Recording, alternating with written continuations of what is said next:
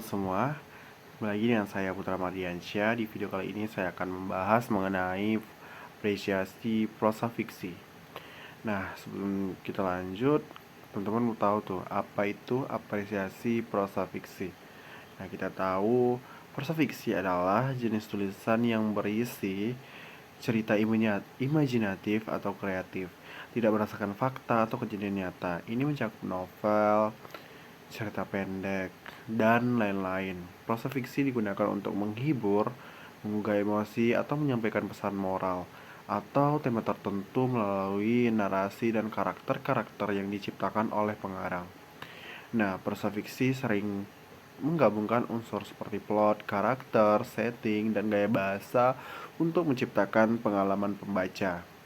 Nah, kita masuk pengertian apresiasi prosa fiksi.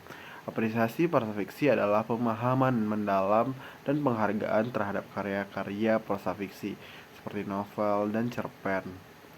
Nah, ini melibatkan kemampuan untuk memahami dan menilai elemen-elemen yang membentuk karya sastra tersebut, seperti karakter, plot, gaya bahasa, tema, serta nilai-nilai yang disampaikan dalam teks fiksi tersebut.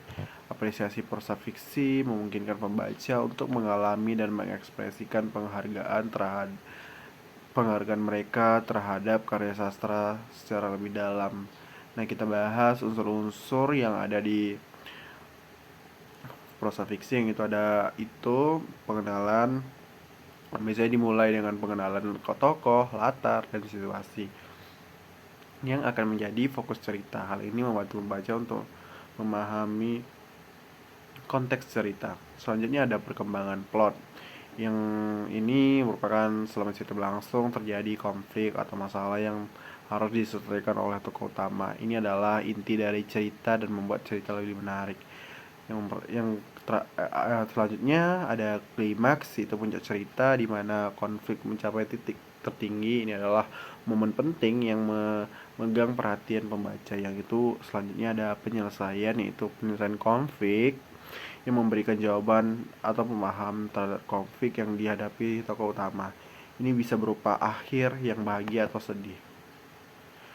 Selanjutnya ada latar atau setting, yaitu merupakan seringkali latar atau setting ini di tempat-tempat yang dikenali oleh pembaca, yang dapat membantu membangun suasana dan gambaran yang kuat. Selanjutnya ada tokoh.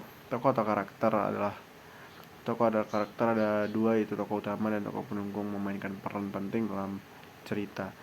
Pembaca berusaha memahami karakter-karakter ini dan bagaimana mereka berinteraksi. Selanjutnya ada gaya bahasa. Gaya bahasa nggak kalah penting dengan yang lainnya. Gaya bahasa penulis dapat mempengaruhi cara cerita yang disampaikan, seperti pemilihan kata, narasi, dan dialog. Nah, selanjutnya ada tema. Dalam cerita sering mengandung pesan atau tema yang ingin disampaikan oleh penulis. Tema ini bisa berkisar dari cinta, persahabatan, keadilan, atau konsep lainnya. Baik, mungkin itu saja penyampaian dari saya. Terima kasih. Sampai jumpa di video selanjutnya.